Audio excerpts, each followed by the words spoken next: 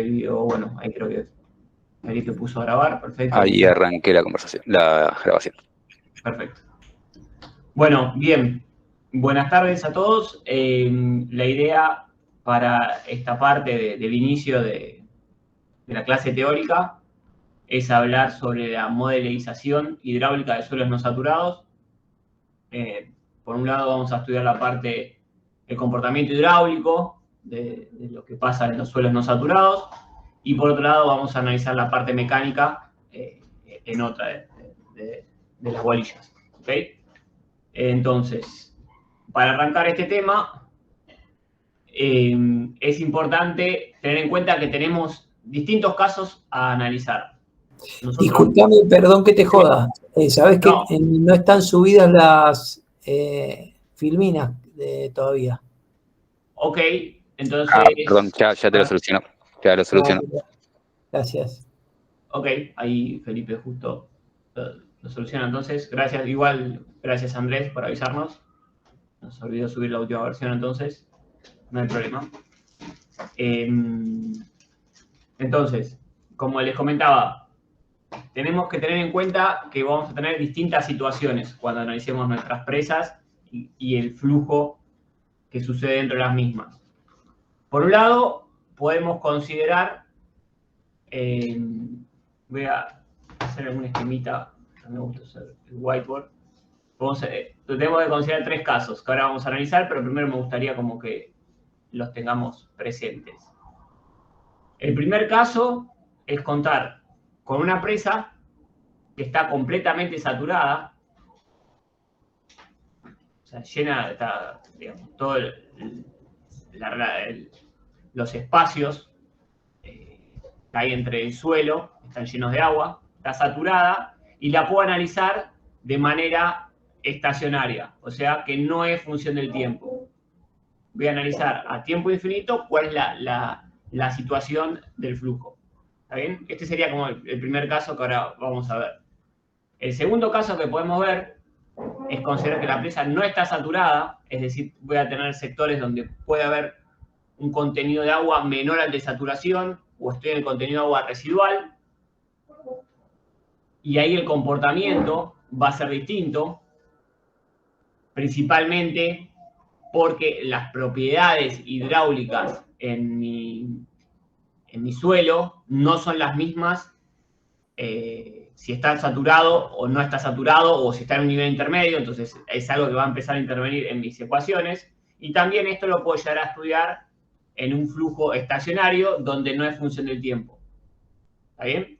Y por último, el caso que sería un poco más complejo, si quieren, es considerarla que no está saturado o no está completamente saturado. Puedo tener sectores que sí, sectores que no, y lo voy a analizar de manera transitoria. Entonces acá sí va a ser función del tiempo. Entonces la variable tiempo y la variación del contenido de agua en función del tiempo va a empezar a aparecer en mis expresiones.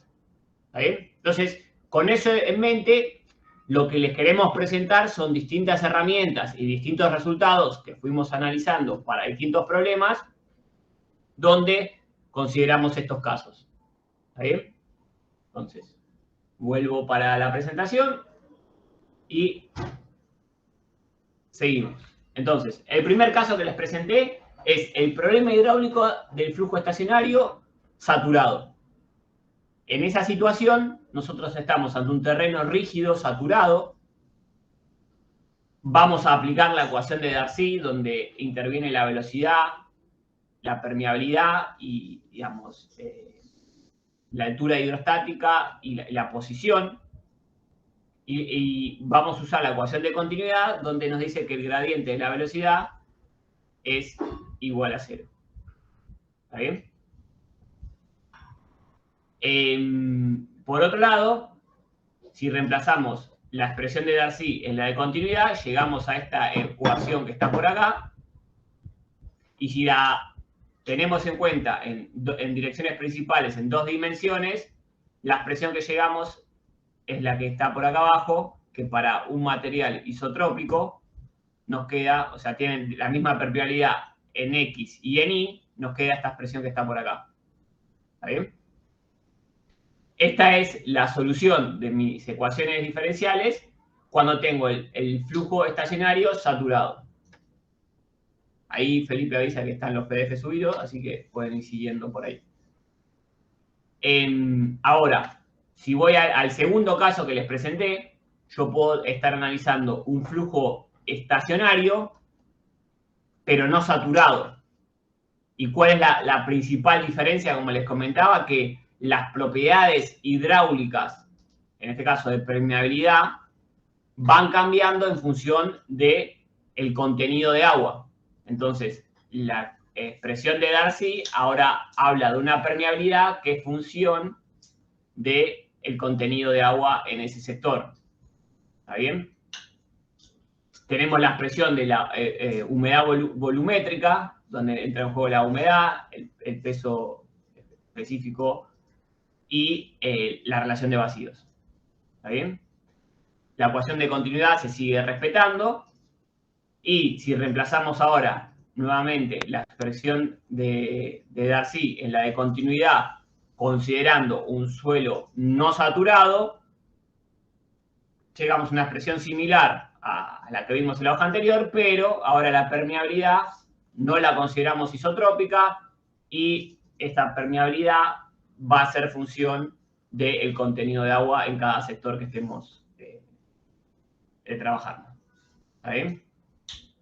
Si continuamos, vamos a llegar al tercer caso que les mostraba al principio de la clase, donde vamos a trabajar con el problema hidráulico del flujo transitorio, o sea, en función del tiempo, no saturado. Entonces, acá, ¿qué es lo que cambia? La ecuación de Darcy es la misma que vimos recién para no saturado, y la expresión de continuidad ahora nos dice que el gradiente de la velocidad, no, perdón, es la divergencia de la velocidad, no es el gradiente, la divergencia de la velocidad es la variación del contenido de agua en función del tiempo. ¿Está bien? Entonces, acá empezamos a ver que podemos tener una variación del contenido de agua en distintos sectores de nuestro análisis, de nuestra presa, de nuestro dominio, que van a influir en la ecuación de continuidad. Entonces, ¿qué es lo que sucede? Volvemos a reemplazar la expresión de Darcy en nuestra expresión de continuidad y la igualdad ahora me dice que es función de la variación del volumen de agua en función del tiempo y la expresión se complejiza un poquito más, donde la variable de tiempo ahora entra en juego, justamente porque estamos haciendo un análisis transitorio y al ser un análisis transitorio va a estar variando el contenido de agua en función del tiempo. ¿Está bien? Entonces, esos son los tres casos base que tenemos que tener en mente. Ahora, hay una expresión que es la ecuación de Richards, donde en primer lugar a la ecuación de flujo transitorio se le agrega un término fuente. O sea, puedo empezar a tener ingreso o salida de agua. Entonces, a lo que teníamos antes se le agrega un término fuente. Y para flujo 1D vertical, que va a estar asociado esta expresión a el programa que vamos a mostrar a continuación, que se llama Hydrus 1D, vemos que para el flujo 1D vertical, la ecuación de Richards tiene esta pinta de acá, donde por acá tenemos la permeabilidad en función del contenido de agua, la presión o la succión que está por acá en función de la altura, todo eso derivado en función de la altura, un término fuente y igualado a la variación del contenido de agua en función del tiempo. ¿Está bien? Entonces, ¿cómo seguimos? Perdón, ahí está. Primer ejemplo que vamos a mostrar acá, flujo transitorio no saturado con Hydrus 1D. ¿Por qué hablamos de Hydrus 1D y hacemos hincapié ahí? porque el Hydrus 1D es de dominio público. Entonces, ahora yo les voy a mostrar cómo es la interfaz gráfica y les voy a mostrar algunos trabajos que se hicieron con Hydrus 1D y se los podemos recomendar para análisis de flujo transitorio no saturado. ¿Está bien? Entonces, el Hydrus 1D no solo es para flujo de agua, sino que también sirve para hacer análisis de transporte de calor, transporte de solutos y suelo parcialmente saturado. Entonces, acá les dejamos el link de acceso al Hydrus 1D para que se lo puedan descargar. Y el Hydrus 2D o 3D, acá estamos viendo una imagen 2D con algo un poco más complejo. Digamos, no es de dominio público, pero si le encuentran que el Hydrus 1D les da resultados muy positivos, puede ser una opción que trabajen con el mismo. Como les comentaba hace un ratito, lo que hace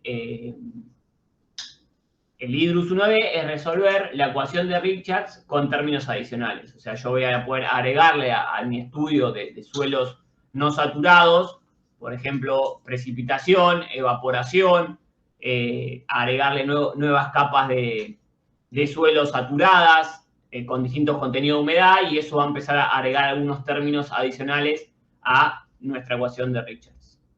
¿Ok?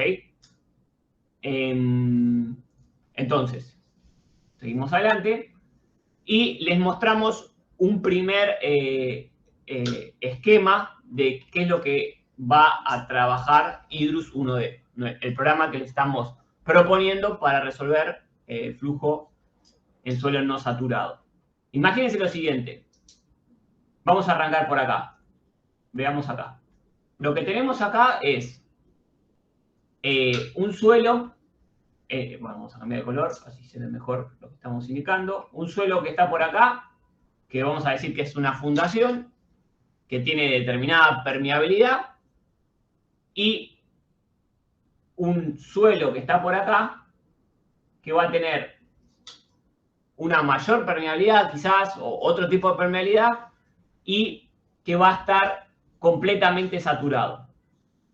¿Está bien? El suelo de arriba, vamos a ponerlo con un θ saturado, todo el suelo de arriba va a estar completamente saturado, y el suelo de abajo va a tener una saturación parcial, que no va a ser la saturada, un θ intermedio, llamémosle, un θ intermedio, o sea, son distintos propiedades que van a tener los suelos con distinto contenido de agua, y lo que vamos a hacer, o sea, esa va a ser nuestra condición inicial. Recuerden, estamos trabajando y pensando en la infiltración 1D. Bueno, acá lo dice específicamente, esto es un depósito de relaves. Ya mencionamos en alguna de las clases lo que son los relaves. Básicamente es el desecho minero, el residuo minero, mejor dicho, que por lo general está completamente saturado. Entonces, vamos a arrojar el residuo minero completamente saturado sobre una fundación o sobre un terreno que no está totalmente saturado. ¿Y qué es lo que va a pasar? Vamos a poner esas condiciones iniciales y vamos a analizar y vamos a ver, vamos a cambiar los colores, vamos a ver que el color negro, vamos a hacer prolijos, el color negro que está acá, ahora voy a explicar qué es la condición inicial. Y vamos a ver qué significa esto. Fíjense, acá abajo tenemos θ, que es el θ, que lo llamamos θ o θ, que tiene inicialmente nuestro problema. Entonces, la parte de relave está completamente saturado, tiene un θ de saturación de 0,38. Entonces, de la posición 0 a menos 1.600 centímetros, o sea, 1,60 m, no, perdón, 16 metros, van a estar completamente saturados, y cuando llego a la fundación nos encontramos con una saturación parcial de 0,26. ¿Está bien? Entonces, esta es mi situación inicial, lo que está en negro. ¿Y qué es lo que voy a hacer yo en este programa?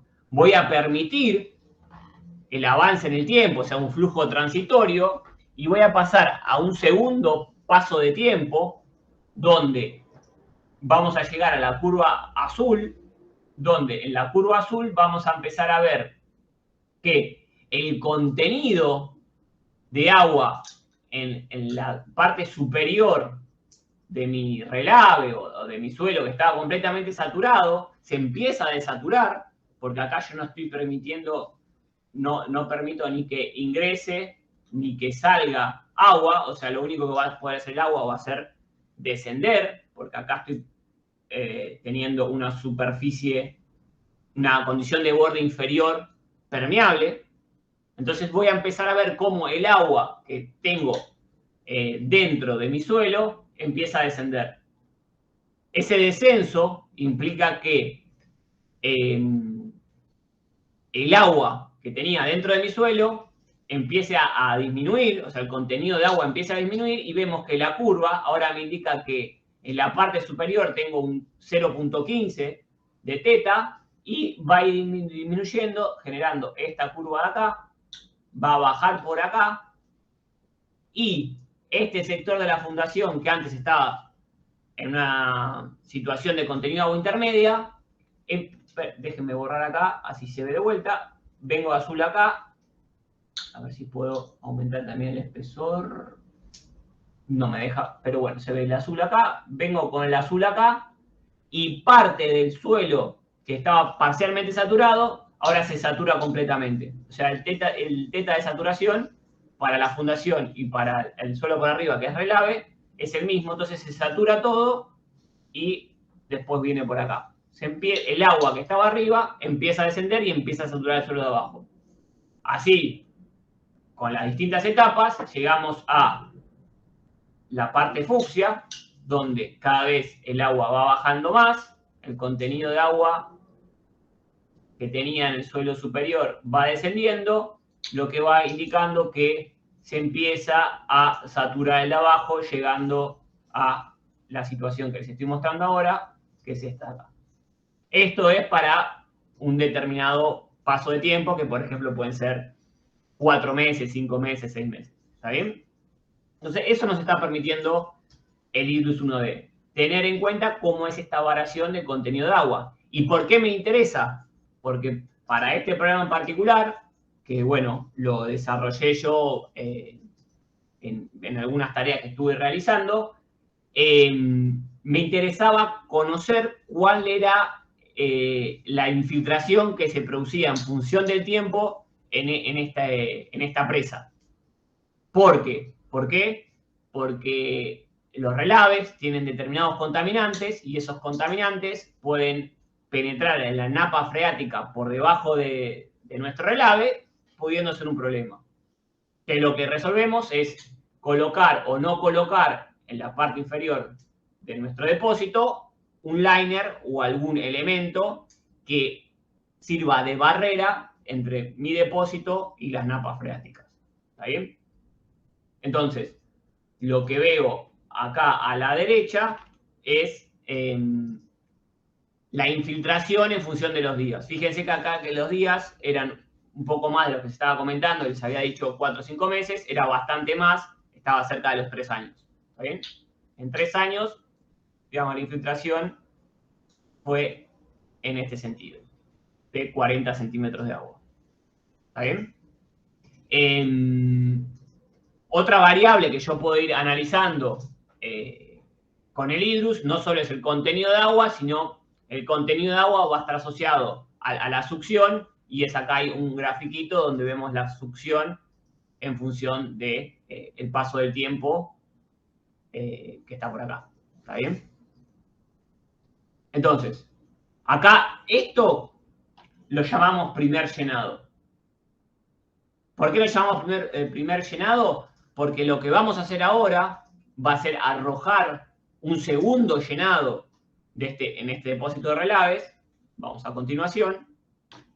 Y este segundo llenado, ¿qué va a hacer? ¿Cómo lo vamos a trabajar y cómo lo vamos a interpretar en nuestro problema? Este segundo llenado, fíjense que arrancamos de vuelta con la línea negra. Todo lo que está acá en verde es el segundo llenado, va a ser un material completamente saturado con el tita de saturación, y lo que está por debajo va a ser lo que ya tenía. Y lo voy a arrojar a los 3 años, por ejemplo, como estaba indicado. Y como es lo que ya tenía, lo que voy a hacer con el programa es obtener desde acá hasta acá, es lo que ya tenía. Ya lo tenía de la etapa anterior del primer llenado. Voy a usar esa información y voy a arrojar un tailing, o un relave, mejor dicho, completamente saturado, 16 metros adicionales de tailing completamente saturados. La parte que está por debajo, yo ya conocía cuál era su perfil de contenido de agua, y voy a dar de vuelta a dejar pasar 3 años y ver qué es lo que sucede. Y lo que sucede tiene la misma pinta que antes. Arrancamos con la línea azul, se empieza a desaturar la parte verde y empieza a saturar todo lo que está por debajo, y terminamos con la línea fucsia, donde, bueno, se sigue saturando la parte inferior y lo de abajo queda completamente saturado. Nuevamente vemos cómo es el avance de mi filtración en función del tiempo. ¿Está bien?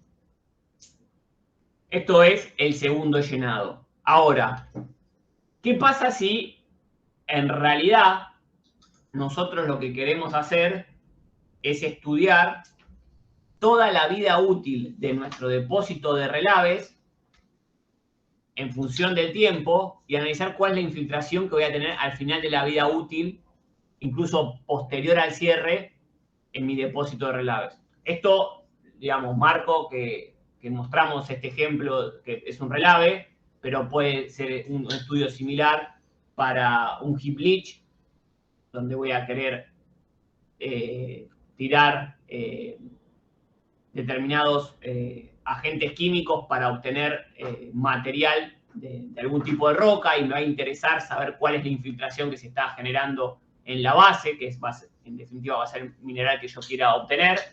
Entonces hay un proceso de necesidad de conocer cuál es el comportamiento en suelos no saturados en función del tiempo, análisis transitorios, que nos hizo pensar en este estudio que con Hydrus nosotros podíamos ir aumentando el nivel de suelo que íbamos agregando con distinto contenido de agua en función del tiempo, pero era un trabajo bastante metódico y podíamos llegar a tener algún error en los inputs que íbamos ingresando. Entonces lo que se nos ocurrió es hacer una rutina de Python, como siempre insistimos con Felipe. Muchas de las cosas que nosotros estudiamos en esta materia se pueden terminar programando y automatizando con Python. Entonces hicimos eso. Y eso es lo que les queremos mostrar ahora. Lo que les queremos mostrar, que analizando el flujo en un medio no saturado, hicimos el estudio, que es lo que se muestra acá, de una columna de relaves que iniciaba en esta situación de acá, con una fundación de 4 metros y un relave completamente saturado de 21 metros. Esto lo llamamos simulación 1. Lo dejamos pasar 120 días y le agregamos una nueva capa de relave completamente saturado, y lo que está en rojo acá abajo es la información de la simulación 1 de cómo quedó nuestro perfil de contenido de agua a los 120 días. ¿Está bien? Entonces acá se puede ver eso claro. En color marrón es el material de fundación. En cuadrillé tenemos fresh tailings, o sea, tailings nuevos que están completamente saturados. En color cian, tailings que ya no están completamente saturados. Y lo que está recuadrado en rojo es el perfil de contenido de agua obtenido previo a arrojar una nueva capa de este suelo completamente saturado. Entonces, explico una vez más este procedimiento. En la situación 2, arrancamos del día 120, agregamos suelo saturado en la parte superior, vemos cuál era el perfil que teníamos en la parte inferior y dejamos pasar 120 días nuevamente. Y así podemos ir haciendo esta simulación e ir obteniendo de cada uno de estos steps de 120 días cuál es el contenido de agua que está infiltrando en nuestro depósito. ¿Por qué esto tiene que hacerse de esta manera? Porque como está cambiando continuamente la permeabilidad en nuestro depósito, debido a que está cambiando el contenido de agua, no podemos hacerlo de otra forma. No podemos pensar esto como un proceso estacionario, porque la realidad es que es un proceso transitorio donde está cambiando el contenido de agua en todo nuestro volumen. ¿Está bien? Entonces, a esto lo que le hicimos en esta instancia es considerar que la parte superior no había intercambio de agua, o sea, no había ni evaporación ni lluvias. Entonces eso nos permitió hacer el cálculo de una columna de este depósito de relaves en función del tiempo y obtener cuál es la infiltración en la parte inferior. ¿Está bien? Ahora, imagínense que en realidad mi problema no es una columna. Yo no tengo una única columna de un determinado área que voy a estudiar. Mi problema es mucho más complejo y eso es lo que les quiero compartir ahora para cerrar este estudio que hicimos. Es el siguiente. Veamos qué pasa si voy nuevamente acá. Fíjense lo siguiente. Nosotros tenemos que pensar que, por ejemplo, acá tenemos el inicio de una presa. Por favor, si hay alguna consulta o algo, me van parando. Mientras tanto, yo les cuento. O sea, imagínense que yo tengo una presa que tiene esto así. Esta va a ser mi presa.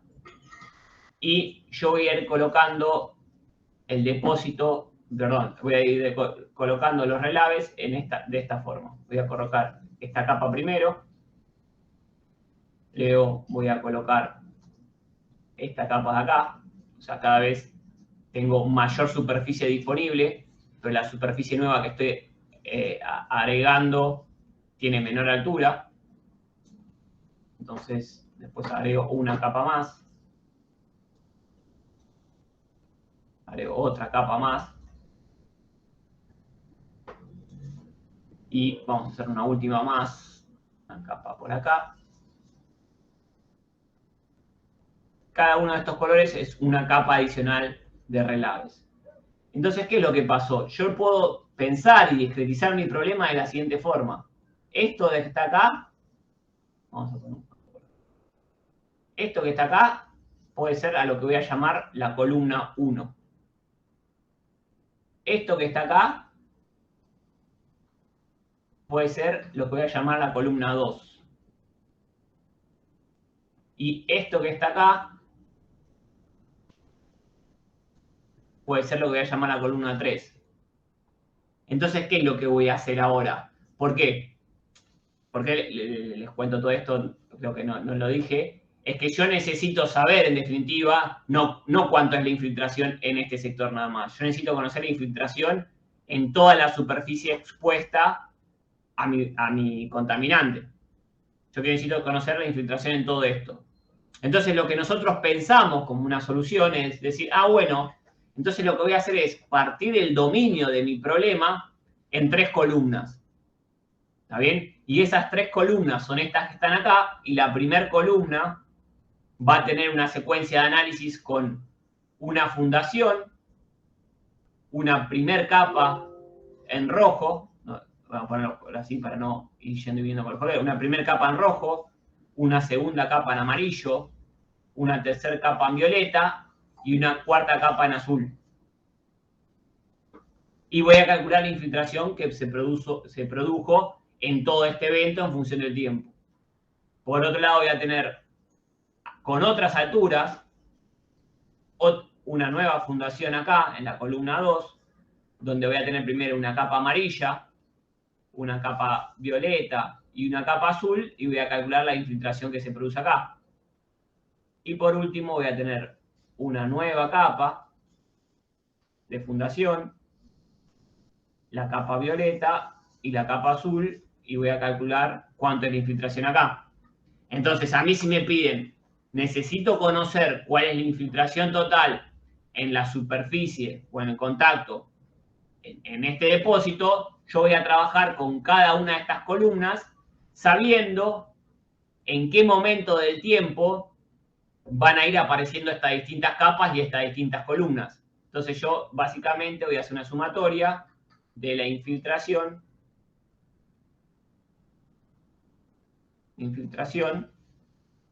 en columnas. ¿Está bien? Y todo este proceso que les estoy comentando ahora va a estar programado. O sea, nosotros vamos a tener una rutina de Python que lo que va a hacer es conocer cuál es el rate of rise, digamos, cómo evoluciona la altura de mi depósito en función del tiempo, o voy a saber cuál es la producción.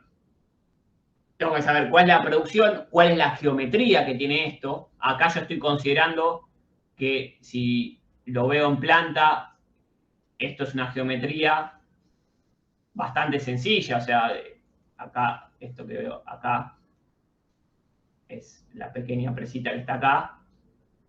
Y después acá tengo algo completamente rectangular y lo único que estoy haciendo, si lo veo en planta, es discretizando distintas superficies.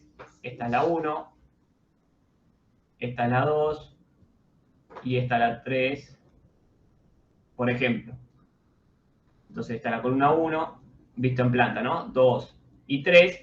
Y como el programa que nosotros estamos usando es 1D, lo que voy a hacer es calcular la infiltración en 1, esto visto en planta, esto visto en corte, y voy a calcular en 1D cuánto es la infiltración en la columna 1, y después lo que voy a hacer va a ser multiplicar por el área 1.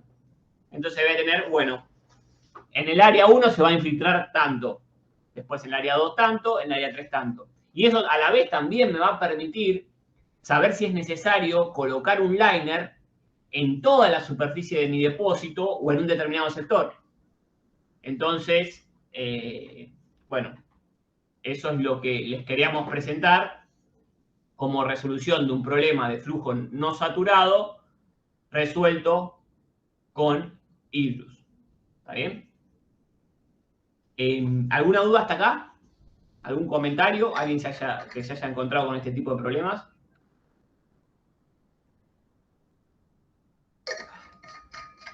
Bueno, seguimos. Entonces, volvemos acá. Entonces, fíjense que acá lo que estamos comentando de nuestra rutina cuasi 3D, o sea, estamos calculando infiltraciones en un volumen 3D con una herramienta 1D, lo que estamos viendo acá es un poco el esquema que les hice recién, que para el tiempo 7.730 días, la situación es así.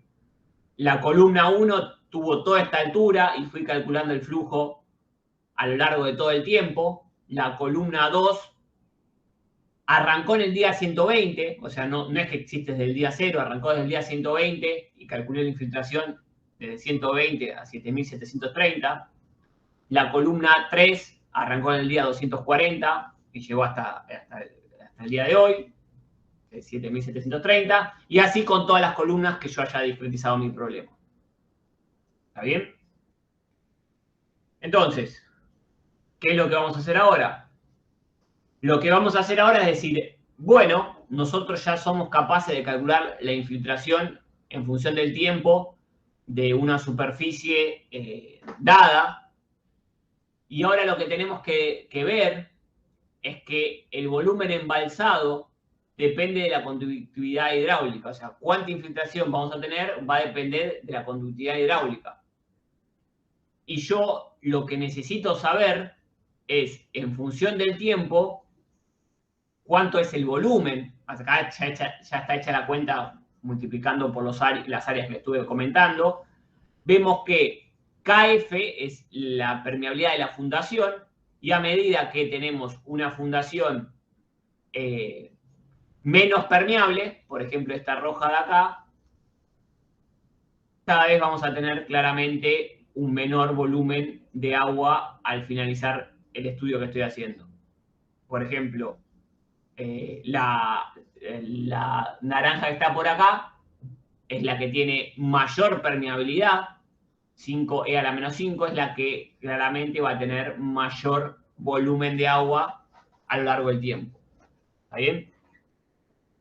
Entonces, fíjense que este estudio, yo voy a querer saber cuánto es la infiltración en función del tiempo para distintas etapas de mi estudio. La etapa 1, 2, 3, 4, 5.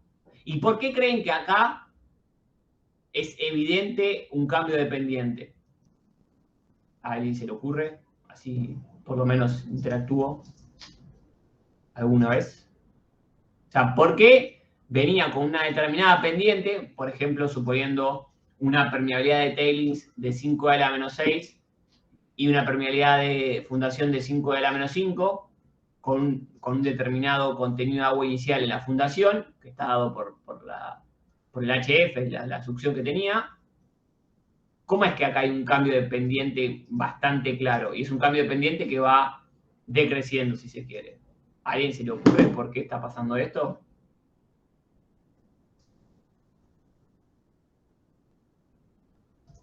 A ver, ahí Pablo Ignacio Espinosa dice, aumenta el área de exposición, más contacto con terreno natural.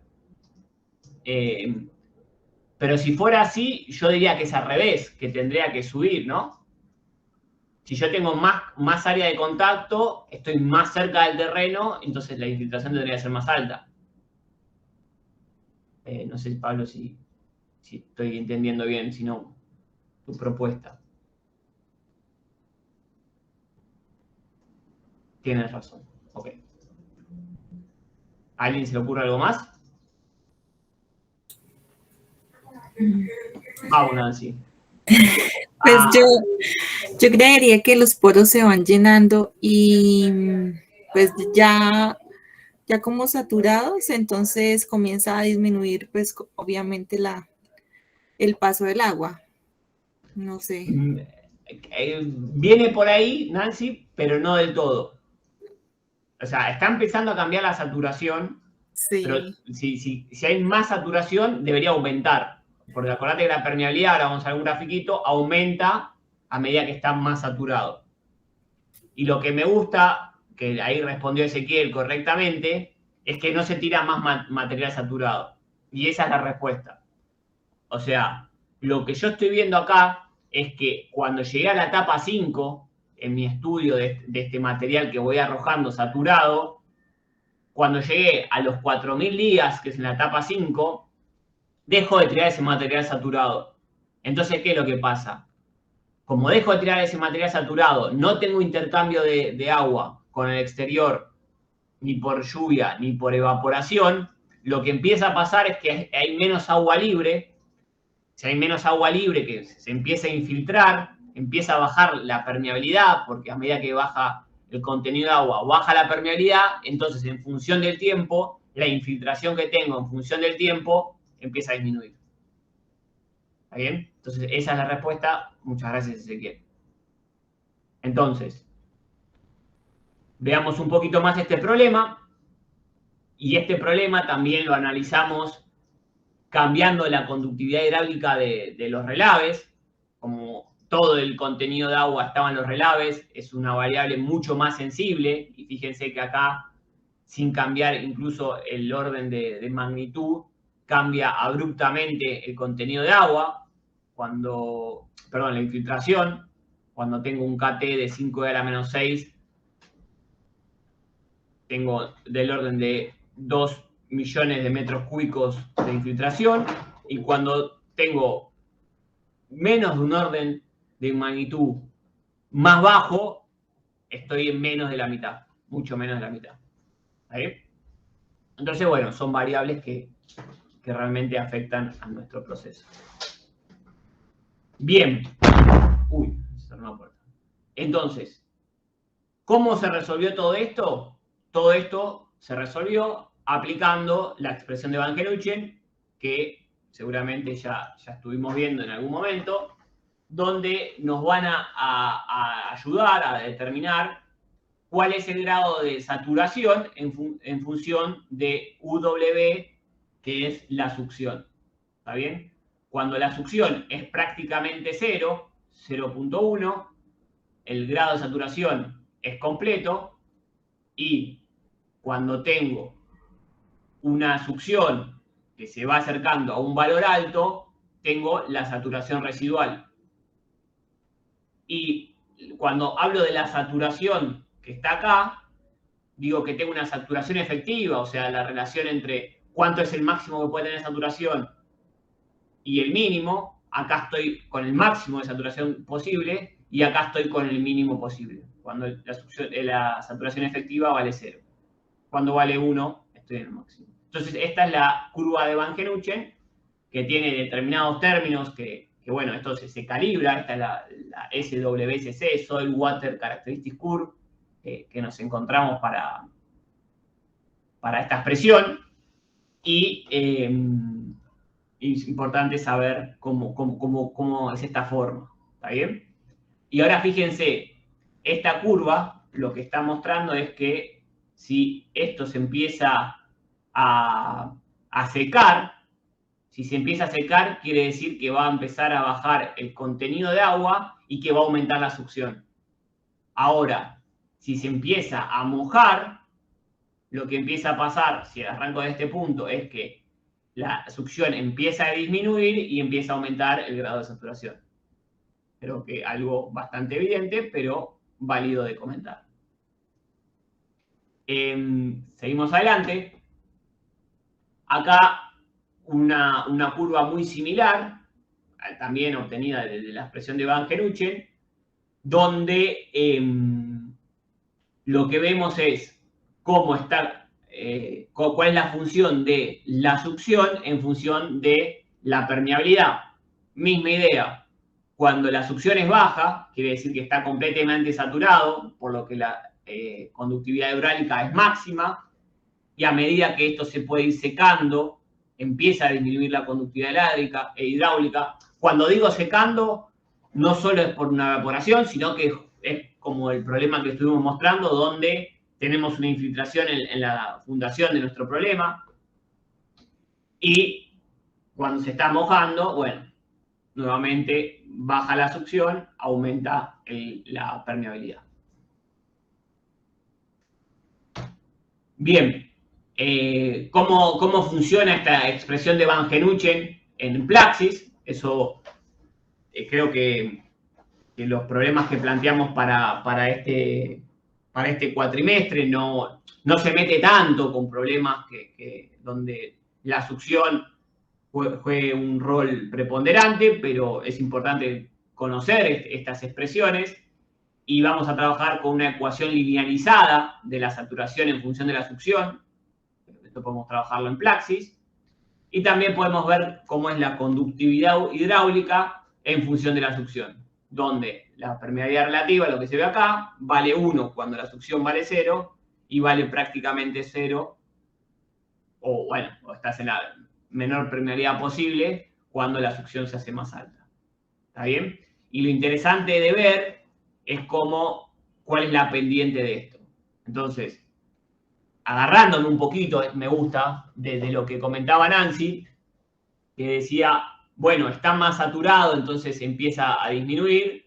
Fíjate que, bueno, primero acomodamos y dijimos que en realidad se está desaturando, y esa desaturación, aunque sea muy poquito, o sea, me vengo de acá hasta acá, implica un cambio bastante grande en la permeabilidad. Entonces, tengamos cuidado que cuando hagamos nuestros estudios y nos digan está saturado, tenemos que saber exactamente si está saturado. No es lo mismo una saturación del 100% para estudiar la permeabilidad y ver cómo es el flujo, que una saturación quizás del 90%, que puede implicar una disminución en la permeabilidad de un 20-30% o mucho más. ¿Está bien? Entonces, a tener en cuenta la influencia que está dada un poco por la expresión de Van Genuchen. Bien, acá se hizo una validación en Plaxis de lo que estamos mostrando y básicamente lo que vemos es la infiltración y la evaporación que se obtiene cuando tenemos una columna 1D y una columna 1D que vamos a estudiar en Plaxis y vemos cuál es el cambio de la succión en función de qué es lo que estamos haciendo en nuestro problema. Si estamos permitiendo que se evapore en la parte superior o si estamos permitiendo que haya una infiltración, vamos a empezar a ver cambios en las curvas de nivel freático en función de la succión. ¿Está bien? Esto que se calcula en Plaxis se contrasta con bibliografía y se ve que el comportamiento que se obtiene del estudio de flujo no saturado en Plaxis, digamos, corresponde a los resultados que se obtienen en la bibliografía cuando analizamos el sentido de flujo no saturado con ingreso de agua o con salida de agua. ¿Está bien? ¿Qué más tenemos por acá? Bueno, y acá empezamos a ver algunos videitos ya acercándonos a la finalización de estas presentaciones, donde primero veamos el de arriba. ¿Está bien? Los tengo como puestos para que vayan los dos juntos, pero veamos el de arriba. Voy a volver a hacerlo. Cuando digo veamos el de arriba, ¿qué es lo que quiero que veamos? Y entendamos qué es lo que tenemos. Lo que está, la línea en blanco, es el nivel freático. Lo que está en blanco es el nivel freático. Lo que está en negro es un dren. O sea, lo que va a permitir el dren, que puede ser colocar en mi presa un material con mayor permeabilidad, lo que haga que el agua quiera ir por ahí, o sea, el dren nos va a ayudar a bajar el nivel freático, que puede ser muy perjudicial cuando hagamos nuestros estudios de estabilidad. Entonces, tenemos un dren acá. Y lo que vamos a comparar, acá el CEDREN lo llama cortina de drenaje, vamos a comparar el estudio de la misma presa con una única cortina de drenaje o con dos cortinas de drenaje. Y lo que vamos a ver en los distintos colores, cuál es la presión que tenemos, presión hidrostática. O sea, acá tenemos una presión que va a ir en aumento, 50, 100, 150, 200, 250, y acá tenemos succión, menos 50, menos 100. Y por este lado vamos a ver la misma idea, las mismas curvas, pero con dos cortinas de drenaje. Eso que va a implicar que la presión que tenemos acá de agua, para la misma posición, si quieren, o sea, si lo pensamos de esta forma, en esta línea, vamos a ver que acá tenemos una presión máxima del orden de 200 y acá tenemos una presión máxima del orden de 350. Esa presión, como sabemos con el agua, va a implicar una presión efectiva más baja. P, la presión efectiva es la presión que tenemos debido al peso del suelo menos la parte hidrostática, o del agua, no hablemos de hidrostática. Y bueno, entonces nosotros siempre lo que buscamos es tener un P' lo más alto posible. Entonces, si llegamos a colocar este segundo dren, vemos que eso nos juega a favor. Entonces ahora veamos nuevamente el videito, si esto funciona, y veamos cómo acá vamos a ir creciendo nuestra presa y vamos a ir viendo cómo acá va aumentando el nivel freático y van cambiando las presiones hasta llegar a esta situación. Y abajo vemos lo mismo, pero veamos el comportamiento, donde vemos que el agua se está bajando el nivel freático debido a estas cortinas de drenes, y es algo interesante de analizar, digamos, la función que cumplen en nuestro problema. ¿Está bien? Si seguimos adelante, vamos a hacer un estudio similar, pero ahora analizando la velocidad de flujo. Ahora nos quedamos con el caso de dos cortinas de drenes y vemos en el videíto de la parte superior la velocidad de flujo.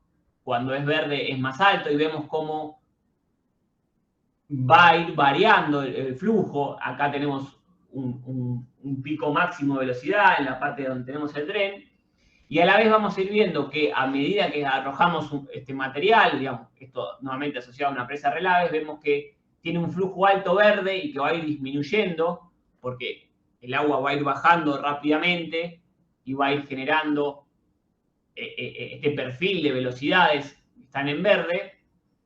Y un gráfico que a mí me parece que es el más sencillo de seguir, si quieren, es el grado de saturación. Porque fíjense lo que vamos a ver. Vamos a ver el grado de saturación rojo, es que, perdón, esto va muy rápido. El grado de saturación rojo es que está completamente saturado nuestro suelo. Y fíjense, si me permite hacer zoom esto, que tenemos el nivel freático en la línea blanca y sin embargo tenemos color rojo, o sea, completamente saturado por encima de nuestro nivel freático, y esto es debido a la succión. Entonces, eso va a depender de nuestra SWSC. Entonces, lo que quiero mostrarles es cómo, al analizar esta presa, vemos cómo lo que está por debajo del nivel freático está completamente saturado y cómo por un poquito por arriba también está saturado, y cómo analizamos en función del tiempo esta variación. Todo saturado, crezco hasta arriba de todo y después esa saturación va bajando porque es un análisis transitorio, lo que va haciendo que disminuya mi nivel freático, y vamos a ver que esa disminución va a implicar una mejora sustancial en nuestros análisis de estabilidad. ¿Está bien? Seguimos adelante. Acá vemos grado de saturación en función del tiempo también. Fíjense que este gráfico también es interesante. Vemos cómo vamos agregando capas de material completamente saturados que están en rojo y se van a ir pasando a colores con menor cantidad de saturación. Arranca completamente saturado, color rojo, el agua va a ir bajando y va a ir disminuyendo su nivel de saturación y aumentando el nivel freático y la saturación en la parte inferior de nuestro problema. ¿Está bien? Todos estos ejemplos que mostré en esta segunda etapa de videos fueron realizados con FeeFlow, que es un programa que ya no es de dominio público, pero seguramente alguno de ustedes lo haya usado y nos permite hacer este tipo de análisis que son bastante interesantes. Y ya llegando al final, acá lo que les voy a mostrar es una herramienta que se realizó, que realizó Wesley Ronceville y Sheila Emery en SRK 2019, donde lo que quería esta competencia era mostrar de manera didáctica cuál era la influencia de colocar una cortina de dren o dos cortinas de drenes, teniendo en cuenta todo lo que estuvimos analizando hoy de grado de saturación, velocidades y este tipo de cosas, en una presa como la que vamos a ver ahora. Y cómo influía, perdón, si no lo dije, cómo influía principalmente en nuestro factor de seguridad. Entonces, si empiezo, inicialmente mi presa tiene esta forma y tengo un coeficiente de seguridad, un factor de seguridad, mejor dicho, que tiene esta superficie de falla y tiene un valor de 1,85. ¿Está bien? Y empiezo a hacer una deposición. Perdón, esto no funciona así, entonces vamos a hacer así. Ahí está. Empiezo una deposición. Empiezo una deposición y ¿qué va a pasar? Va a empezar a aumentar el nivel freático. Voy a considerar que puede haber lluvias y evaporación en mi problema.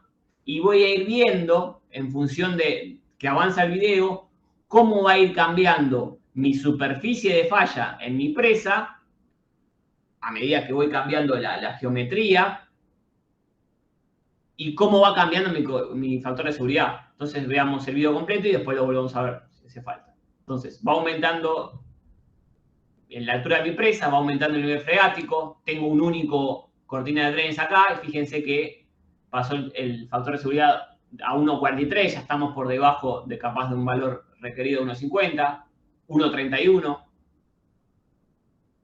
Y este fue, digamos, acá se ve como muy sencillo, pero para hacer esto tengo que hacer un estudio súper acoplado donde tengo en cuenta cómo es la variación de la nápara freática, cuál es el factor de seguridad para cada una de las situaciones intermedias, cuál es la superficie de falla, y esto le muestra rápidamente al cliente la importancia de poner una o dos cortinas.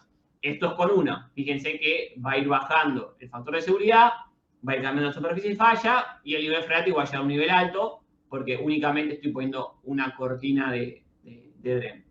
¿Está bien? Y ahora les voy a mostrar la misma idea, pero con dos cortinas de drenes. Entonces, fíjense, el factor de seguridad, 1.78. Tengo un dren acá también que va a impedir un salto abrupto a nivel freático en este sector, 1.64, 1.67, no parece grave, sigue siendo válido, 1.67.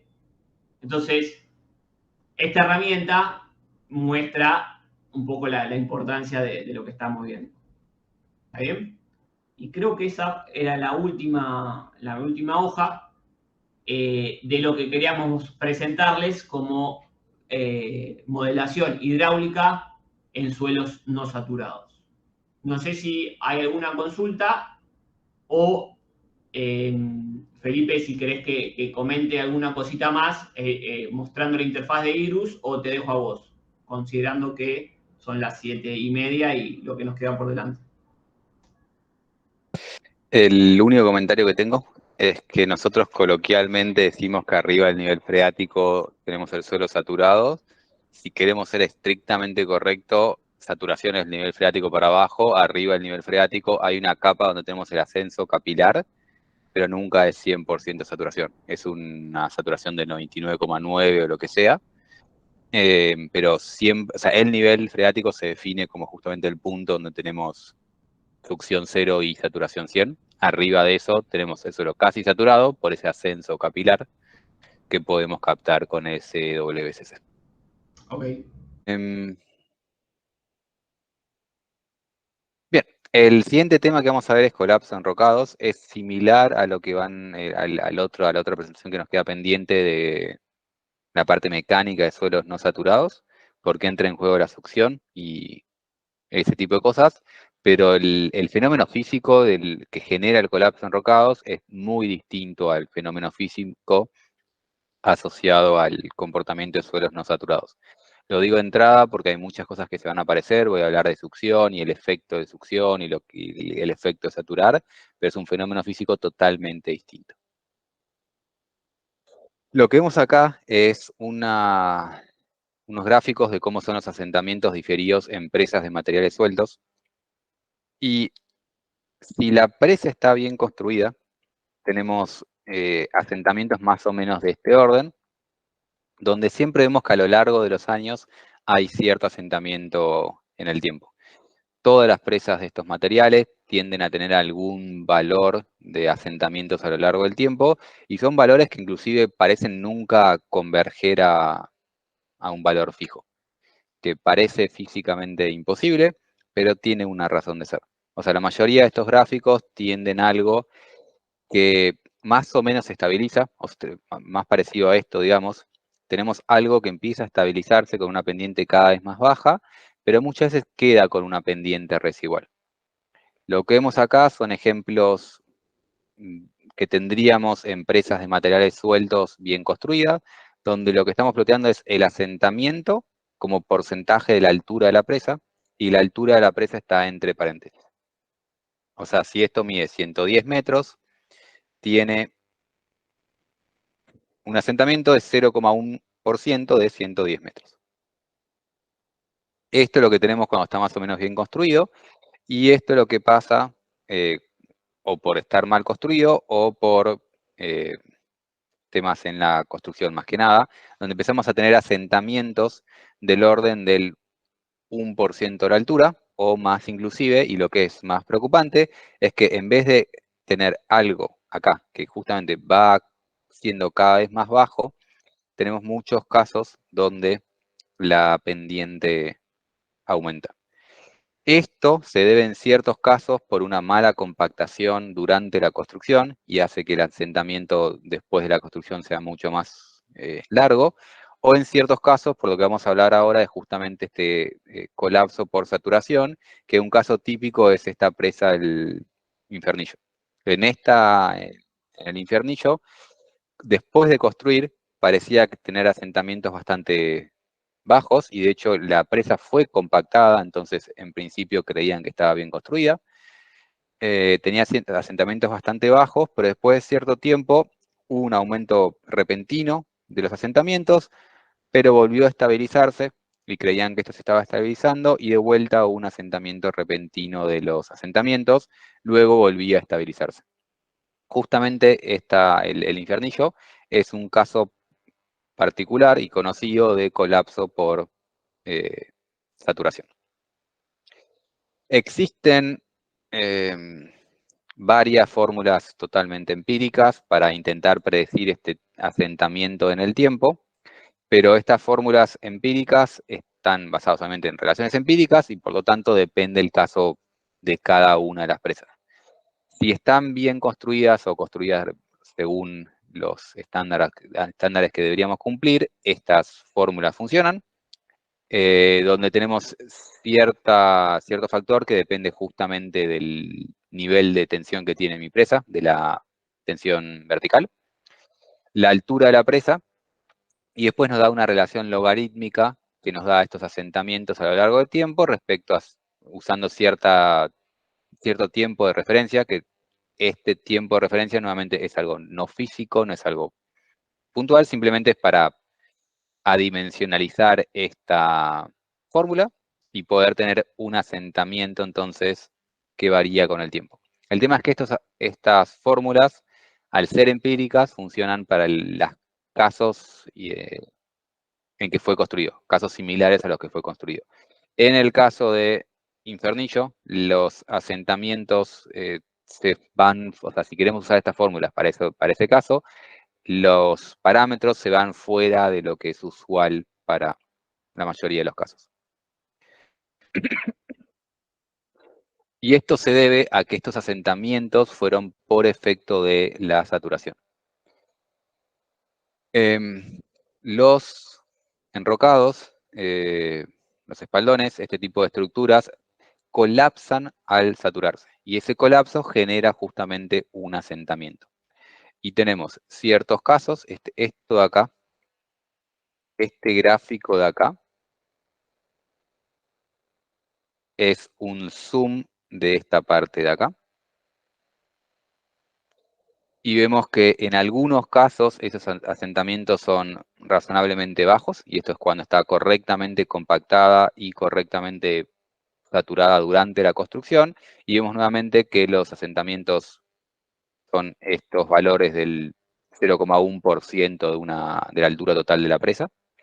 Y después tenemos todos estos casos de acá, que son los casos en que estos enrocados fueron tirados sin compactar o que fueron tirados sin saturar. Ambas cosas afectan el asentamiento y ambas cosas afectan el asentamiento diferido de la presa. Si no están correctamente compactados o si no están saturados previamente durante la construcción, tenemos un asentamiento. Entonces, este asentamiento depende de la tensión, la compactación, del nivel de saturación, y de hecho también depende del tamaño de partícula, que las razones de todo esto las vamos a ver un poco más adelante. La mayoría de esta presentación está basada en los trabajos de Oldekop y Alonso. De hecho, si buscan en YouTube hace creo que 2 años o 3 años, esta clase se dio con más detalle por justamente Oldekop, y si quieren más referencias están los papers que trabajaron ellos sobre este tema. Dicho esto, van a ver, casi todo tiene la referencia de Oldekop, entonces voy a dejar de hablar de él, simplemente saber que estamos basándonos mucho en los trabajos que hicieron ellos. Entonces, tenemos un asentamiento por mala compactación y un asentamiento por mala saturación durante la construcción de las presas. Si vemos ensayos reales hechos en este tipo de materiales, lo que tenemos acá es el mismo material, un material tamaño ya roca, o sea, más grande que una grava. Estos ensayos se hacen en ensayos de gran escala, o sea, no llegan al tamaño real del... O sea, no son una muestra representativa real de los rockfills, de estos espaldones, pero sí son tamaños, son ensayos a gran escala. Digo el comentario porque si este tipo de ensayos no lo podemos reproducir, los podemos llegar a reproducir en un laboratorio, porque la realidad es que el mismo fenómeno se da en escala menor, simplemente es mucho menos importante en escala pequeña. O sea, si agarramos gravas o arenas, lo mismo que vamos a explicar aplica a gravas y arenas, pero como tenemos el efecto tamaño, en esos materiales el efecto es despreciable, pero a medida que vamos aumentando el tamaño, el efecto es cada vez más grande. Por limitaciones de nuestros ensayos, de nuestras maquinarias, todo lo que vamos a ver de ensayos van a ser en tamaño gran escala, pero sigue siendo rocas de este tamaño. Y en algunas presas, los enrocados, la verdad que son, las partículas de enrocado ya no son partículas, son cosas de varios centímetros de diámetro. Pero bueno, estos son ensayos reales a gran escala, donde lo que se hizo fue agarrar un mismo conjunto de rocas y someterlos a distintas condiciones. Primero vemos la curva roja, que la curva roja lo que se hace es, se inunda en el estante inicial, y eso indica esta flecha acá, se inunda, o sea, se moja el 100% del tacho. Estos se hacían en cilindros tamaño barril. Se inundaba el barril en el estante inicial y después se lo sometía a una tensión, algo similar a una compresión edométrica. Se lo sometía a una compresión edométrica y se calculaban asentamientos y se veía esta curva de desplazamiento versus tensión. Esto es lo que sucede si está totalmente inundada previamente la muestra.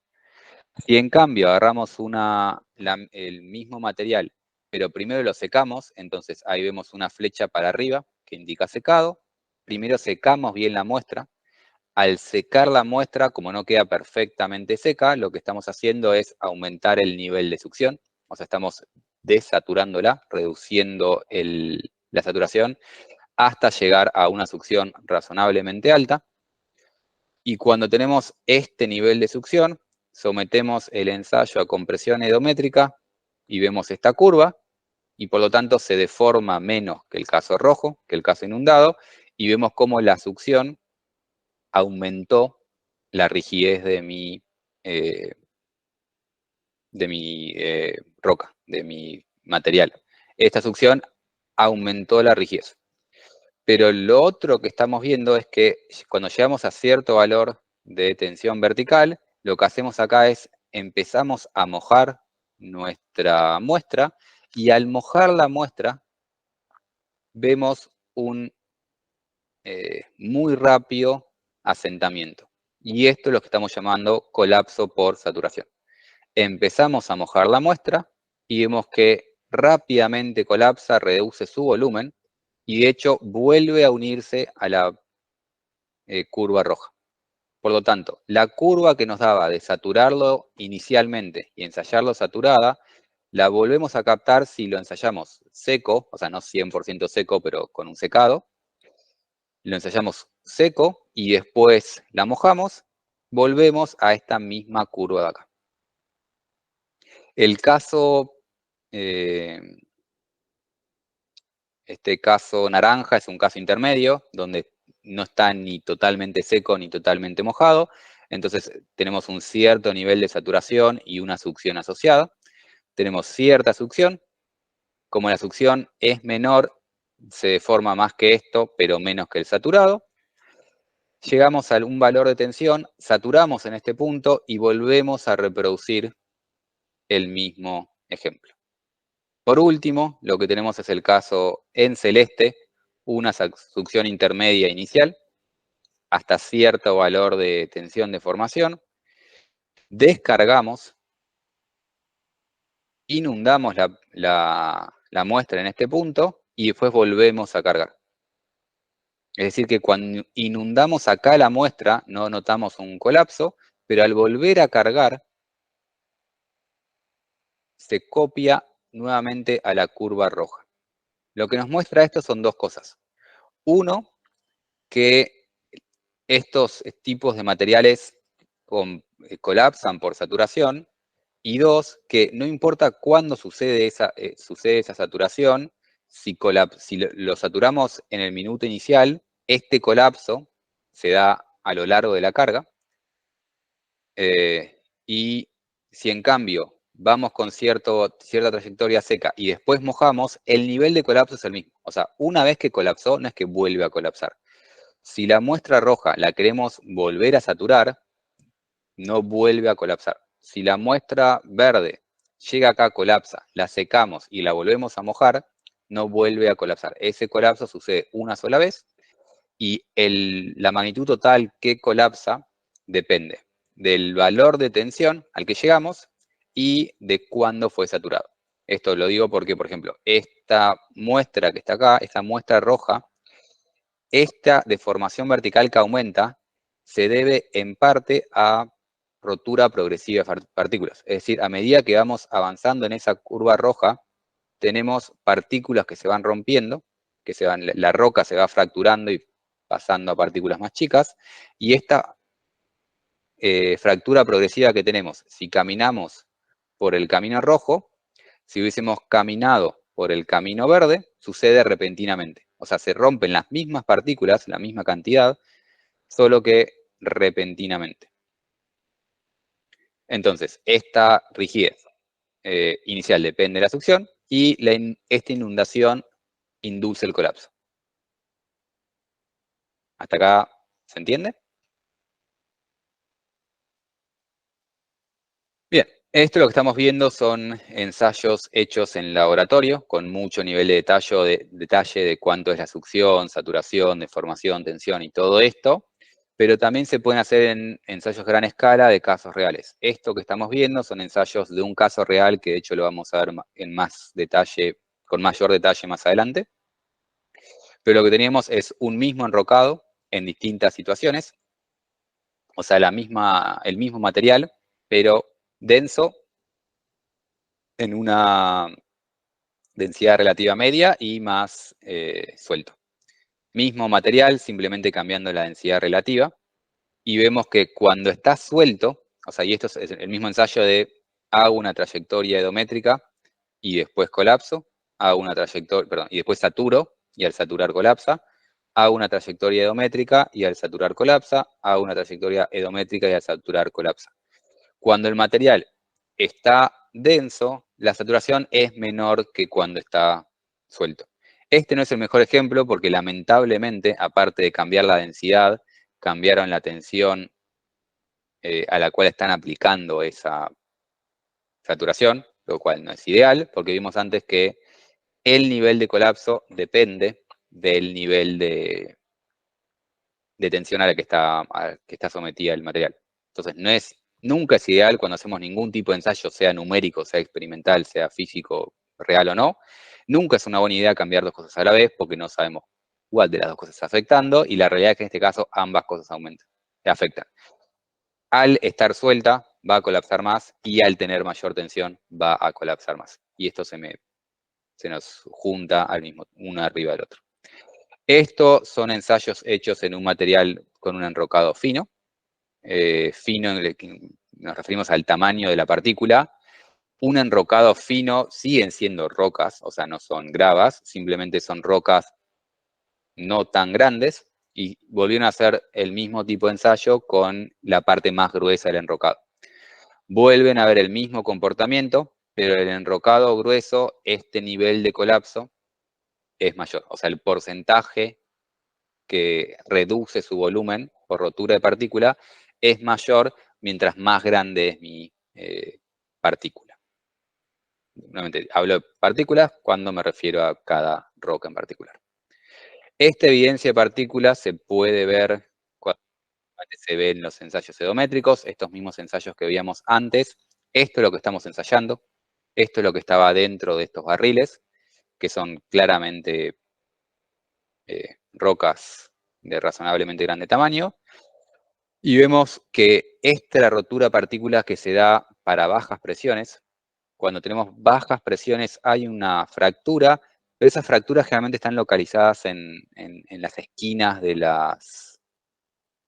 cada una de las partículas. Es decir, cuando nos sometemos a esta tensión con saturación, se me separan y se me van cortando esas esquinas más por la forma que tiene la partícula. Acá tenemos una rotura, acá tenemos una en esa esquina de ahí, acá tenemos una en esta esquina. A baja tensión ese es el tipo de fractura que tenemos.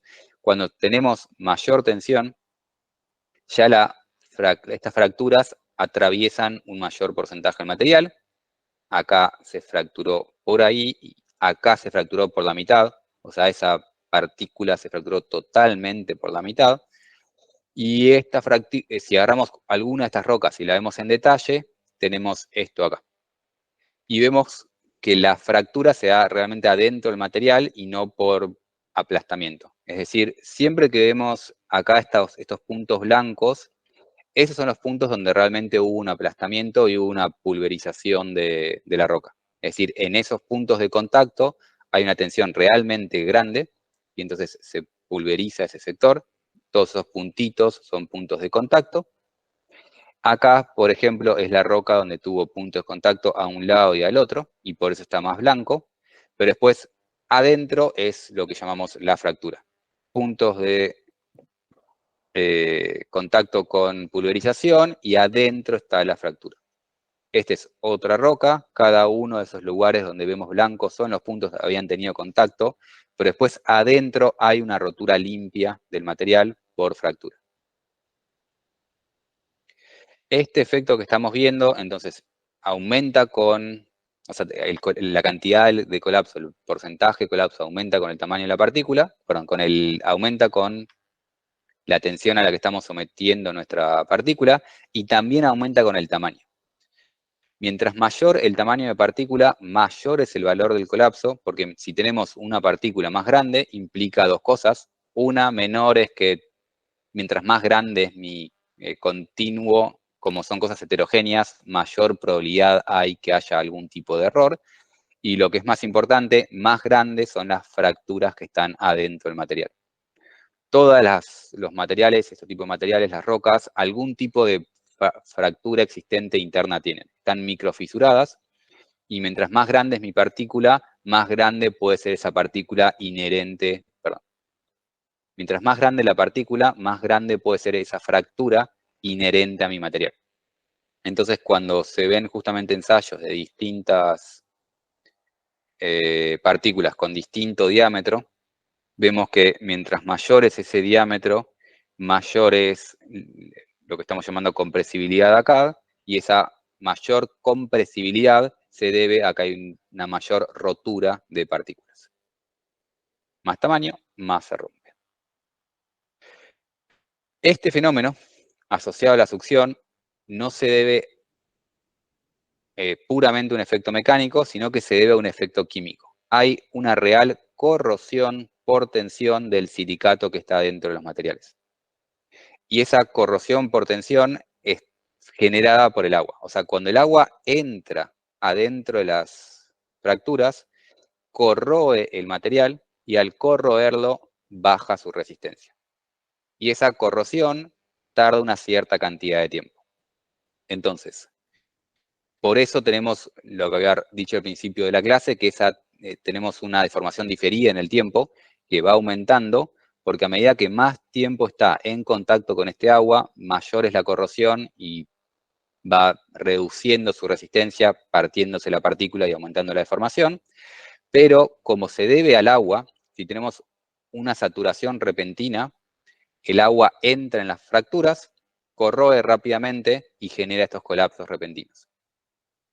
Entonces, el fenómeno, por más que es un fenómeno mecánico, pero está asociado justamente a el fenómeno de lo que se llama corrosión por tensión del silicato, porque se aumenta con la cantidad de agua, y mientras menor es la succión, más puede entrar mi agua, y también se debe a la tensión. De la misma forma que justamente la fatiga de los materiales. La fatiga en los aceros aumenta con la tensión. Mientras mayor es la tensión a la que está solicitada, más rápido aumenta la disminución de su resistencia, el efecto del tiempo en los aceros, y es lo mismo en las rocas.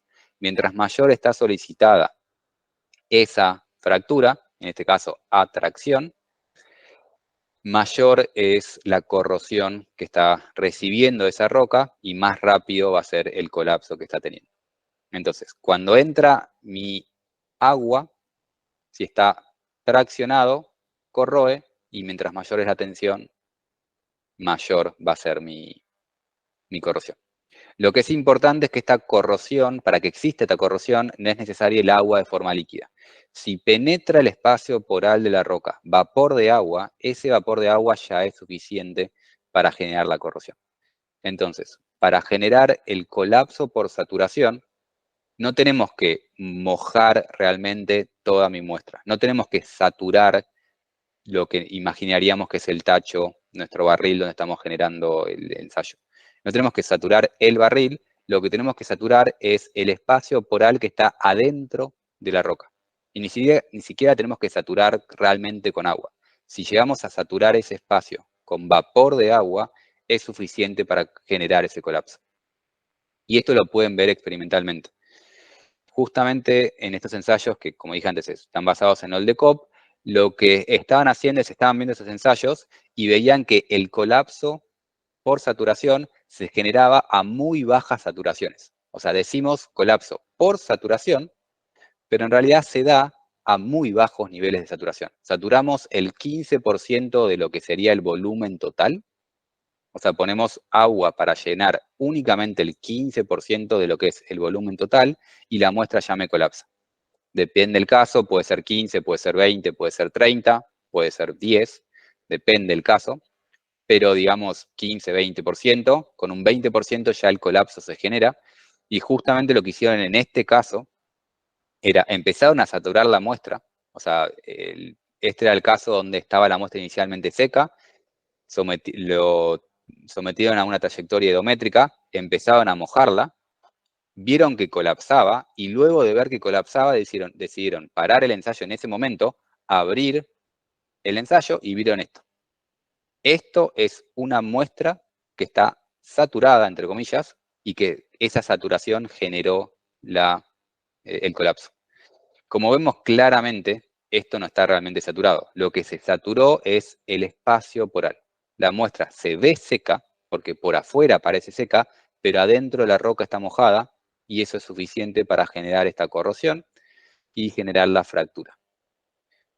Esto acá es justamente cómo colapsa la muestra, y vemos que para niveles muy bajos de saturación nos empezamos a mojar la presa y aumentan las deformaciones, aumentan las deformaciones, aumentan las deformaciones. Cuando tenemos 15% de saturación, estamos por acá, y la mayoría de los colapsos ya ocurrió.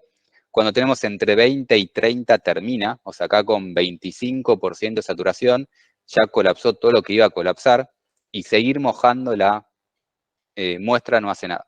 Porque una vez que saturé el espacio poral, mojarla por afuera no genera ningún daño adicional. El tema es que cuando el agua entra dentro del poro de la roca. Y digo agua o vapor de agua, es exactamente lo mismo. Este fenómeno se puede explicar usando mecánica de fractura. Lo que es mecánica de fractura es una temática ligeramente fuera de lo que es mecánica del continuo. No está fuera de lo que es mecánica del continuo, pero se usa para otro tipo de cosas. Y es totalmente necesario siempre que queremos hacer algo vinculado a fractura. Si queremos ver justamente fisuración en hormigón, tenemos que hacer algo basado en mecánica de fractura, si no los resultados no van a ser buenos. Y para explicar este fenómeno del colapso en los enrocados, usamos la misma teoría de lo que es mecánica de fractura. En lo que es mecánica de las fracturas, asumimos un cierto material con cierta tensión macroscópica. O sea, generalmente cuando calculamos en nuestra mecánica del continuo, no estamos viendo la real tensión que tiene esta roca, estamos viendo, imaginando esto como si fuese un sólido homogéneo y calculando esta tensión promedio, si quieren, que llamamos tensión macroscópica. La realidad es que adentro las partículas tienen una tensión generalmente mucho más alta porque tienen muy pocos contactos. Esas fuerzas están concentradas en estos contactos, que era lo que veíamos en las imágenes anteriores de los ensayos, esos puntitos blancos. Esos son los puntos de contactos que tienen, y son relativamente pocos. Como tenemos esos puntos de contacto, lo que sucede es un estado de fuerzas de este estilo, donde tenemos fuerzas localizadas en esos contactos, y este tipo de sistema genera lo que se llama compresión diametral o tracción diametral. Esta compresión, en este sentido, tracciona en este sentido, que es justamente la física detrás del ensayo brasilero o el ensayo del lobo carneiro. Generando una compresión, logramos una tensión adentro de mi continuo. Cuando comprimimos nuestro enrocado, estamos traccionando las fisuras, esas fracturas previas que tienen adentro cada una de las rocas. Y esta tracción sería una tracción uniforme si fuese un material continuo. Pero como no es un material continuo y es una fractura y tenemos acá aire, la realidad es que esta tracción no puede existir en donde tenemos una fractura, y eso genera una concentración de tensiones en el vértice de la fractura. En estos puntos tenemos una concentración alta de tensiones, y en esos puntos donde tenemos alta concentración de tensiones y adicionalmente humedad o agua, se fractura, se propaga la fractura y empieza a generar este colapso en cadena. Entonces, la corrosión se da en estos vértices, donde tenemos una concentración de tensiones y no requerimos agua, requerimos humedad que genere esa corrosión. Como dice ahí, lo que mata es la humedad, no es el agua. Para poder captar este fenómeno, lo que usamos es el factor de intensidad, que este factor de intensidad intenta calcular de cierta forma la concentración de tensiones que tenemos en este lugar. Y la manera que funciona es, agarra la tensión que hubiésemos tenido si es un material continuo, que es esta que está acá, y la multiplica por dos factores. Un factor que depende de la longitud de la fractura. Mientras más larga es mi fractura, mayor es la concentración, lo cual tiene sentido porque mientras más largo es esto, toda esta tensión que hubiese ocurrido en este espacio continuo va a parar acá. Entonces, mientras más larga, más área tengo, más longitud o área tengo que distribuir en este punto. Y esto es este factor de acá. Y un factor beta que tiene todo lo que es geometría y factores de forma adentro. O sea, este beta depende de cómo es la partícula y de la orientación de la partícula respecto a los puntos de contacto, a su vez que el tamaño de la fractura. El tamaño no, la forma de la fractura.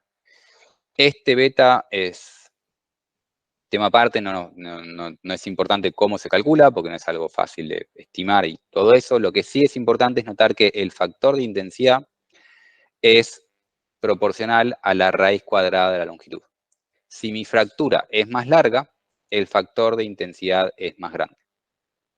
Y si mi partícula es más grande, es más probable que tenga una fractura más grande y por lo tanto es más probable que tenga un factor de intensidad más grande. Mientras mayor es el factor de intensidad, más probable rompe el material. Porque de hecho, así como en mecánica del continuo más tradicional, lo que hacemos es comparar la tensión con una tensión máxima y si la supera se rompe, en mecánica de fractura lo que comparamos es este factor de intensidad. Comparamos el factor de intensidad con un factor de intensidad crítico, que es propio del material, y si supera el factor de intensidad crítico, la fractura propaga y se rompe. Entonces, lo que estudiamos es este factor de intensidad. Entonces, vamos a ver este gráfico de a poco, lentamente. Lo que estamos viendo acá es, en primer lugar, el factor de intensidad. Esto es el factor de intensidad crítico también conocido como tenacidad. O sea, la tenacidad del material es el máximo factor de intensidad que resiste.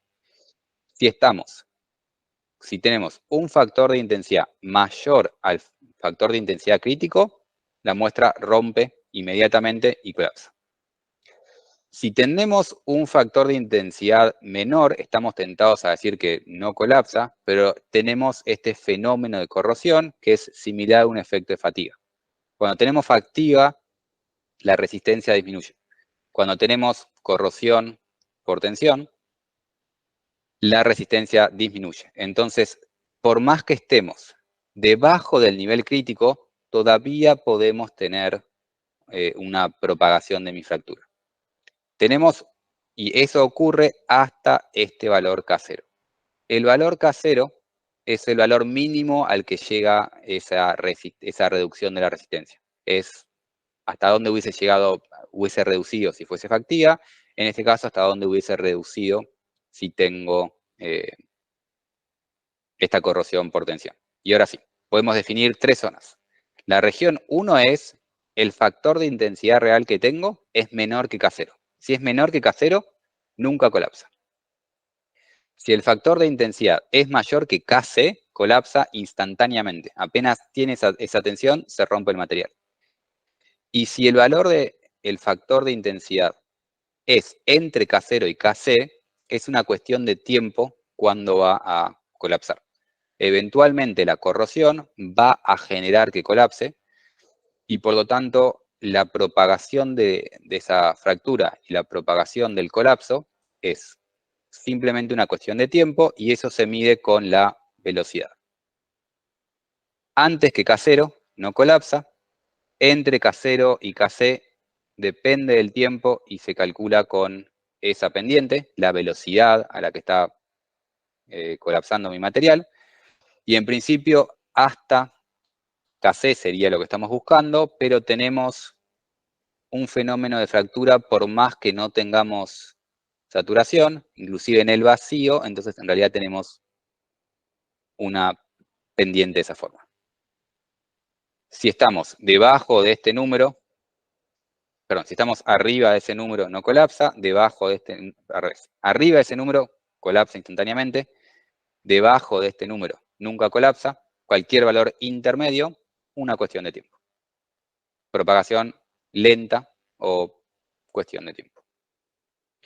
Esto, que ya es suficientemente complejo, depende justamente del nivel de saturación que tiene mi muestra. Porque esa corrosión, esa pérdida de resistencia, depende de cuánta agua tengo. Si tengo algo seco, es esta pendiente de acá. Si tengo algo ligeramente mojado, hace así. Si tengo algo mojado, hace así. Si sigo saturando, se me va corriendo ese umbral. Porque mientras más saturo mi muestra, más rápida es la pérdida de resistencia y más rápido propaga esa fractura. Entonces, para saber cuál va a ser la velocidad de propagación de mi fractura, lo que tengo que ver es este factor de intensidad, que dependía de la longitud. Mientras más grande la longitud de la fractura, más propaga la fractura. Este gráfico, que se ve así extremadamente teórico, se puede validar con ensayos reales. Y acá tenemos distintos enrocados sometidos a este tipo de ensayos, donde lo que se hizo es normalizar según Kc. O sea, acá tenemos Kc y acá dividimos el valor de K con Kc. Entonces, este valor 1 corresponde al valor Kc. Vemos que si estamos en un caso donde tenemos vacío, o sea, realmente le sacamos toda la humedad, tenemos esta pendiente, y a medida que aumentamos el nivel de saturación, se va corriendo este nivel hasta el costado, pero hay siempre un nivel mínimo de K que nunca genera la propagación de la fractura. Entonces, hay evidencia experimental de este tipo de comportamiento. ¿Consultas hasta acá? Bien. Lo otro que había dicho al comienzo de la clase es que cuando veíamos mediciones reales sobre enrocados, habíamos visto que inclusive cuando estaba bien hecho y bien construido, parecía que esa deformación diferida nunca se estabilizaba. Y eso se puede explicar también con esta teoría de mecánica de fractura y los modelos intentando captar este tipo de material. Lo que vemos acá son el proceso de fractura, justamente para fracturas iniciales de distinto tamaño. Si la fractura es grande, o sea, si esta longitud mide 14 centímetros, tarda, y estamos en minutos, tarda acá, no sé, 20 segundos en propagar la fractura. Si la fractura es un poco más chica, tarda 100 minutos. Si la fractura es más chica, y fíjense que no hay tanta diferencia, 14 milímetros, 12 milímetros, 10 milímetros, 8 milímetros, de 14 a 8 ni siquiera fui a la mitad de tamaño, y estos son 20 segundos, 100 segundos, 10 a la, no puedo ver correctamente, pero 10 a la 4 segundos, 10 a la 9 segundos. A medida que el tamaño de la partícula es más chico, tarda más tiempo en iniciar esa propagación. Esto igual es un caso extremo, o sea, esto que estamos viendo acá no son mediciones de ensayos reales, son modelos utilizados para intentar captar este tipo de comportamiento, pero estos modelos lo que predicen justamente es que pasaron un montón de tiempos, pasó un año, y acá tenemos un año, y creemos que después de un año ya terminó este fenómeno y que ya propagó toda la fractura que iba a propagar, pero las fracturas más chiquitas pueden tardar hasta 10.000 años en propagar. Y eso genera asentamientos diferidos en el tiempo que parecen nunca terminar. Nuevamente, esto es un ejemplo matemático para intentar explicar este fenómeno, pero explica una razón detrás de por qué este colapso que estamos viendo sigue aumentando en el tiempo y parece nunca detenerse. Cada vez es menor porque las fracturas grandes ya propagaron, pero siempre queda una más chiquitita que simplemente va a tardar más tiempo en propagar. Esto es lo que pasa de forma controlada si sucede lentamente. Cuando tenemos un real colapso enrocado, es que esto se da en forma en cadena. O sea, las partículas tienen fracturas, parecen lentamente propagar, llegan a su valor crítico y rompe, y el problema cuando tenemos un real colapso repentino es que sucede porque como esta partícula se rompe, la tensión que estaba resistiendo ahora la tiene que resistir la partícula vecina. Y entonces aumenta la tensión de esa partícula vecina. Como aumentó su tensión, se rompe. Y se rompe esa partícula vecina que distribuye a su partícula vecina, que se distribuye a su partícula vecina, y genera un proceso que puede ser un proceso en cadena, que genera un repentino colapso del enrocado. Y esto es más grave, se acelera, mientras más agua haya disponible, mientras menor sea mi succión, y mientras mayor sea la tensión a la que está sometido mi enrocado. Bien. Lo otro que es importante notar es que estos colapsos por saturación generan, estos colapsos por saturación, como dije en las primeras diapositivas, una vez que generan el colapso, no vuelven a generar el colapso. Concentrémonos por ahora únicamente en estos picos negros, y estos picos negros de acá abajo, o sea, esta curva negra de acá abajo, son asentamientos reales que se midieron en este caso. Asentamientos reales medidos. Y vemos que se asentó un poco, acá hubo un pico de asentamientos, se volvió a normalizar, hubo un segundo pico, hubo un tercer pico y después ya no hubo mayores picos de asentamientos. Y lo que estamos viendo arriba es un registro de lluvias en este mismo espacio temporal. Y vemos que este primer pico de acá corresponde a este periodo de lluvia, pero no fue tan grande la lluvia, entonces no fue tan grande los asentamientos. Ahora, acá llueve considerablemente y hay un pico más considerable. Y de hecho, si se fijan, es ligeramente después de la lluvia. Muy, muy ligeramente después, pero bueno, llueve, genera un colapso. hay una segunda gran lluvia y genera un segundo gran colapso. Y hay una tercera gran lluvia y ya asociado a esta lluvia no vemos ningún pico acá. ¿Alguien me puede decir por qué acá no hay un pico?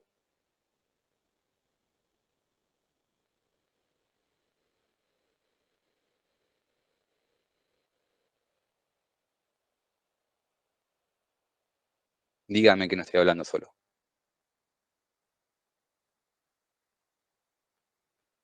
No, no. Es el miedo que siempre uno tiene.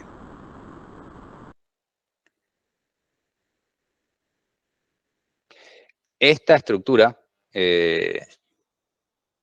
está siempre sometida al mismo nivel de tensión. O sea, no estamos construyendo nuevamente, era justamente el asentamiento que estaba abajo de esos rieles de este tren que está en Madrid, de la roca esta de basalto, no sé si era basalto formalmente, pero la roca de basalto que está abajo de estos trenes, y vemos que asociada a estas bajas lluvias hay bajos asentamientos, para este pico de lluvias hay un pico de asentamientos, para este pico de lluvias hay otro pico de asentamientos, pero para este ya no.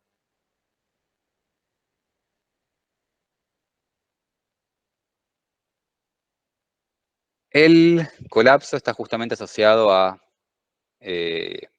la saturación que tiene, y lo que hace es esa saturación entra en las fracturas, o sea, el agua entra en las fracturas existentes, genera una corrosión y parte la partícula. Acá se partieron partículas. Acá se partieron partículas. Esta lluvia, que fue realmente fuerte, ya terminó de saturar todas las partículas, terminó de romper toda fisura que quería propagar, y cuando volví a mojar la muestra, ya no quedaba nada para colapsar. Si yo mojo apropiadamente, si yo mojo la estructura en un momento y colapsa, si yo vuelvo a mojar, ya no vuelve a colapsar.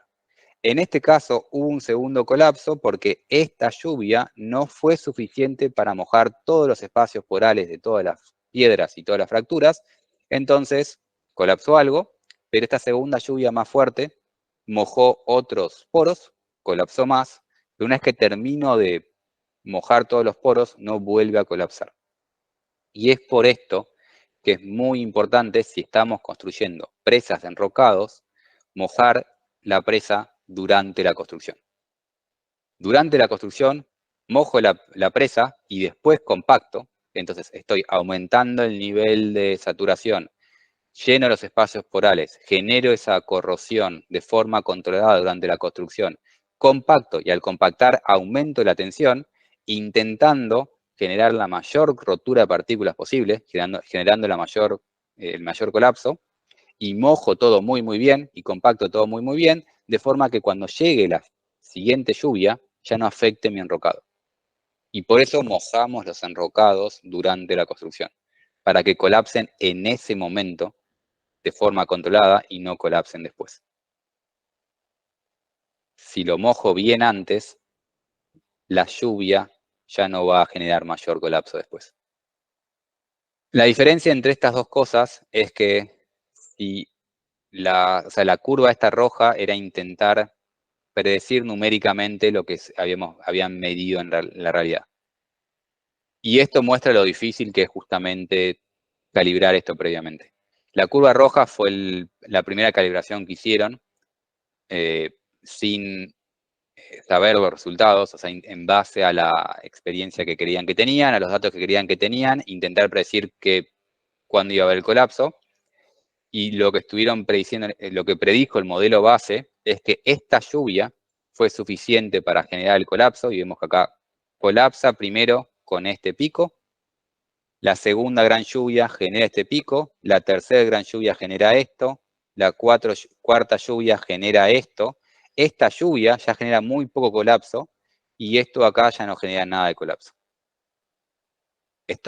El modelo estaba colapsando demasiado fácil para valores de lluvia muy bajos. Y eso es por la curva de retención que estaban utilizando. La curva de retención nos dice qué tan fácil es que el agua entre en mi material. Y cambiando ese valor, esa curva de retención, específicamente el valor de entrada de aire que tiene la curva de retención, pudieron lograr un mejor ajuste. Es decir, ahora sí, sabiendo el resultado, ajustaron este valor de entrada de aire y vemos cómo la curva roja que predice el modelo es bastante similar a la curva negra. Colapsa algo con estas lluvias bajas, colapsa mucho con esta lluvia, colapsa el resto con esta lluvia y ya después no vuelve a colapsar. Es decir, el modelo puede captarlo, pero requirieron saber los datos para poder calibrarlo. Calibrar una SWSC es complejo para todos los materiales. Y esta es la última presentación la última filmina diapositiva de esta presentación. ¿Dudas, consultas de colapsos por enrocado?